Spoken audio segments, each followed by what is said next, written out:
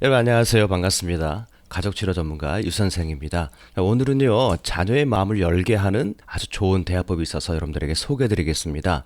다름 아닌 스토리텔링 대화법인데요. 제가 이것을 제 표현을 한다면 주절대기 대화법입니다. 주절되는 대화법이죠. 자, 오늘 이 대화법을 통해서 여러분 가운데 자녀와 조금 어색하거나 서먹한 관계가 있는 부모님들에게는 큰 도움이 되었으면 좋겠습니다.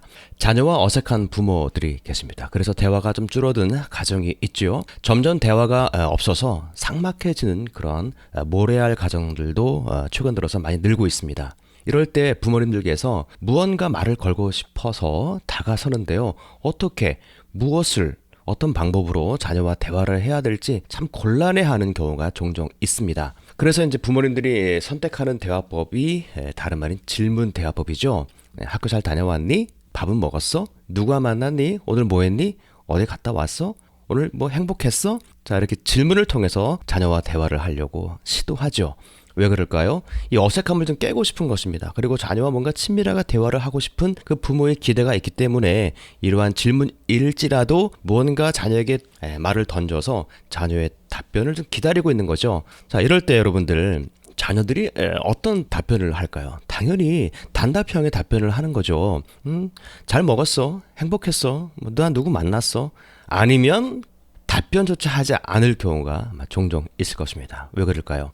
오랜 기간 동안에 그 자녀들은 이 부모님의 이러한 대화법에 길들어져 있는 거예요. 아무 무의미한 질문이라는 걸 알기 때문에 그 질문에 대해서 자세하게 자기의 이야기를 할 필요가 없다는 걸 알기 때문에 그런 단답형의 답변을 하거나 아니면 아예 답변을 꺼리는 그런 경우가 있죠. 자, 이렇게 부모님들이 다가서면 다가설수록 자녀의 모습은 어떨까요? 점점 뒤로 물러서는 그런 모습을 볼 수가 있습니다. 자, 여러분, 이러한 환경에 노출되어 있는 가정이 있다면 오늘 이 영상 끝까지 보시면서 이 스토리텔링 대화법, 즉 주절대기 대화법을 잘 좀 이해하셔서요, 오늘부터 한번 시도해 보시면 분명히 좋은 결과를 가져올 수 있을 것입니다. 자, 주절대기 대화법의 특징 제가 몇 가지만 소개해 드릴게요. 주절대기 대화법은요, 먼저 부모님이 자녀에게 대화를 시도하는 겁니다. 먼저 하는 거예요. 먼저. 자녀와 같이 있을 때, 같은 공간에 있을 때, 무엇인가 부모가 말을 했을 때 자녀가 들을 수 있는 공간이라면 다 괜찮습니다. 그 시간을 활용해서 부모가 먼저 자녀에게 다가서는 거죠. 자, 첫 번째는 부모가 먼저 말을 건다라고 하는 거죠.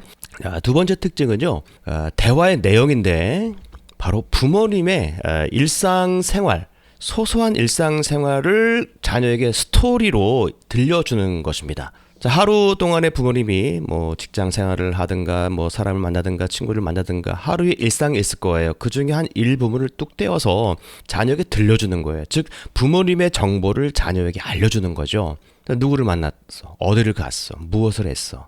자, 이러한 내용을 부모가 자녀들에게 그냥 이야기해 주는 겁니다. 스토리 형식으로 들려주는 거죠. 자, 비유하자면은 같은 드라마를 봤는데 어느 날 그 사람이 드라마를 보지 못했어요. 그래서 먼저 내가 본 사람이 그 드라마를 설명해 주는 경우가 있지 않습니까? 그럴 때 주인공이 어디 가서 무엇을 했고 어떤 말을 했고 잘 이렇게 드라마를 보지 못한 사람에게 설명해 주듯이 자기의 삶도 자녀에게 들려주는 거예요. 이것이 바로 두 번째 특징인 것이죠. 네, 이것이 거의 주절대기 대화법의 전체의 큰 틀입니다.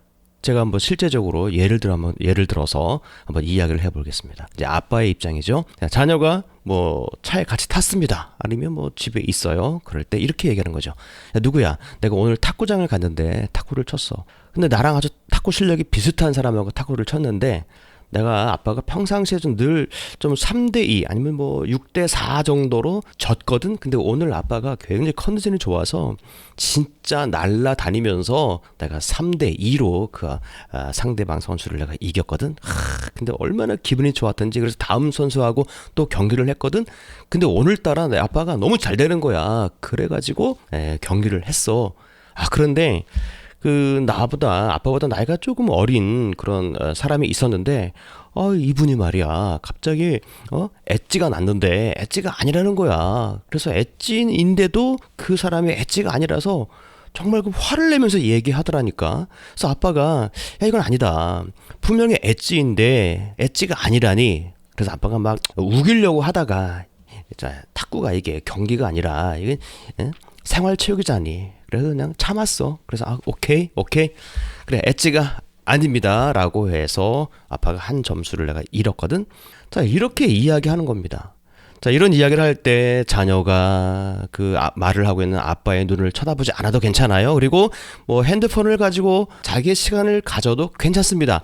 같이 차를 타고 진행할 때 이야기를 듣지 않아도 괜찮아요. 주절대기 대화법은 자녀와 눈을 마주치고 적극적인 경청의 관계가 형성되지 않더라도 일방적으로 부모가 자녀에게 자신의 일상생활을 들려주는 것이 가장 큰 특징이기 때문에 그렇습니다. 자, 엄마의 예를 한번 또 들어볼게요. 자, 자녀가 이제 집에 들어왔어요. 자녀가 집에 들어와서 뭐 소파에 잠깐 앉아 있는 겁니다. 그러니까 어머니가 뭐 설거지를 한다든가 밥을 한다든가 그런 활동을 하고 있다라고 가정해 볼게요. 즉 엄마와 그 자녀가 서로 얼굴을 마주대고 있지 않은 상황입니다. 자, 이럴 때 엄마가 그냥 말을 던지는 거예요. 스토리를 전하는 겁니다. 야, 누구야? 오늘 엄마가 있단 말이야. 동창을 만났어. 진짜 오랜만에 만났거든. 한 10년 정도 있다가 만난 친구인데 오늘 아주 아주 근사한 레스토랑 가서 점심을 먹었어. 근데 그 점심 식사 때 어떤 음식을 시켰거든. 근데 그 음식이 진짜 맛이 있었어. 그래서 야, 역시 이 레스토랑이 말이야 음식이 좋다는 소문이 맞는 것 같아. 근데 있지 그 엄마 친구가 이런 얘기를 하는 거야. 지난 여름에 가족들하고 해외여행을 갔다 왔다네. 캐나다를 갔다 왔대. 그러면서 뭐 사진을 보여주고 행복해 하는데 엄마가 그 얘기 들으니까 조금 시기가 생기더라. 기분이 좀 살짝 나빴어.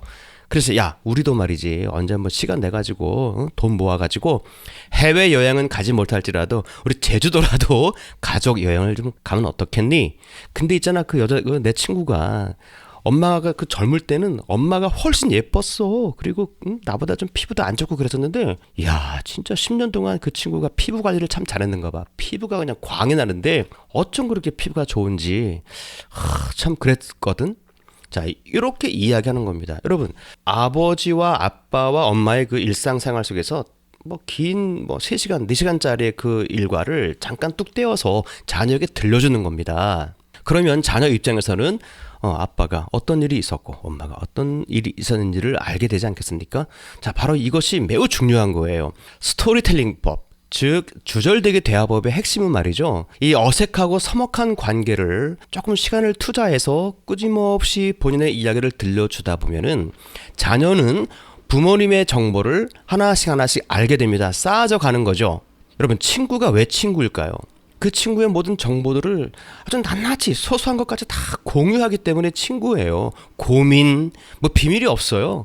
어떤 일이 있으면 다 친구 만나가지고 울면서 다 이야기합니다. 그럼 그 상대방 친구는 또 그 이야기를 그냥 들어줘요. 그러다 보면 자기의 속 마음까지 다 이야기하니까 상대방 친구는 그 친구에 대해서 많은 정보를 알게 되어서 점점 마음을 열게 되고 친밀하게 되고 또 친하게 되고 그래서 친구가 되는 거예요. 그렇지 않습니까? 한쪽만 일방적으로 막 자기 이야기를 하는 것이 아니에요. 그렇게 하다 보면 상대방도 언젠가는 자신의 이야기를 또 들려주는 것입니다. 그런 친구 관계가 되는 것은 다름 아닌 자기의 정보를 되도록 많이 알려줄 때 친구가 되는 거예요. 부모와 자녀 관계도 마찬가지입니다. 부모의 일상적인 생활, 자기 생각, 누구를 만났고 무엇을 했고 어딜 갔고 이러한 소소한 일상들을 그냥 스토리텔링, 주절되는 형식으로 자녀에게 들려주는 거예요. 그러하다 보면 한 일주일, 한 달 시간이 계속 흐르면 흐를수록 자녀의 입장에서는 부모에 대한 정보를 많이 알아가기 때문에 마치 친구처럼 마음이 열어지게 되고 친밀감을 느끼게 된다는 거죠. 어느덧 시간이 흐르게 되면 말이죠. 이 어색한 가정의 분위기, 그리고 삭막한 가정의 분위기, 대화를 하고 싶지만 질문만 던지는 그런 분위기가 이제 점점 줄어들고 어느 날부터는 말이죠. 자녀도 자기의 이야기를 부모님에게 하나 둘씩 꺼내기 시작하는 그런 모습을 보이게 된다는 것이죠. 제가 속해 있는 그 동네에서 이제 그 주부들을 대상으로 제가 강연을 한 적이 있었습니다. 그럴 때 제가 이 주절대기 대화법, 스토리텔링법을 소개해 주었어요. 왜냐하면 그 중에 한 어머니께서 자녀와 관계를 맺고 싶은데 자녀가 대화를 하지 않는다는 거죠. 그래서 그 어머니를 위해서 했지만 많은 분들에게도 같이 강연을 해드렸습니다. 바로 이 내용을 소개해드렸어요. 일주일 후에 다시 모였습니다. 그러더니 그 어머니께서 너무 좋아하시면서 효과가 있다라고 아주 크게 좋아했던 사례가 있었습니다. 어머니가 자기의 이야기를 들려줬어요. 매일같이 시간이 될 때마다 계속해서 재미있게 이야기를 한 거죠. 그랬더니 어느 날 엄마가 얘기하지 않고 있으니까 그렇게 대화가 없던 그 딸이 먼저 엄마에게 다가와서 엄마 오늘은 어떤 일이 있었어? 왜 말하지 않아? 라고 먼저 대화를 시도했다는 거죠. 그 어머니 입장에서는 그 딸이 자기에게 먼저 말을 걸고 궁금해하는 그 행동 자체가 너무나 신기하고 행복했고 기뻤다라고 하는 거죠. 여러분, 단 일주일 만에도 이러한 놀라운 변화가 있는 겁니다. 혹시 여러분 자녀가 어리면 어릴수록 이 대화법의 효과는 금방 나타날 것이에요. 하지만 중학생, 고등학생, 대학생, 자녀가 좀 나이가 점점 좀 많을수록 아마 시간도 많이 필요할 겁니다. 그렇지만 끊임없이 부모님이 먼저 본인의 이야기를 그렇죠?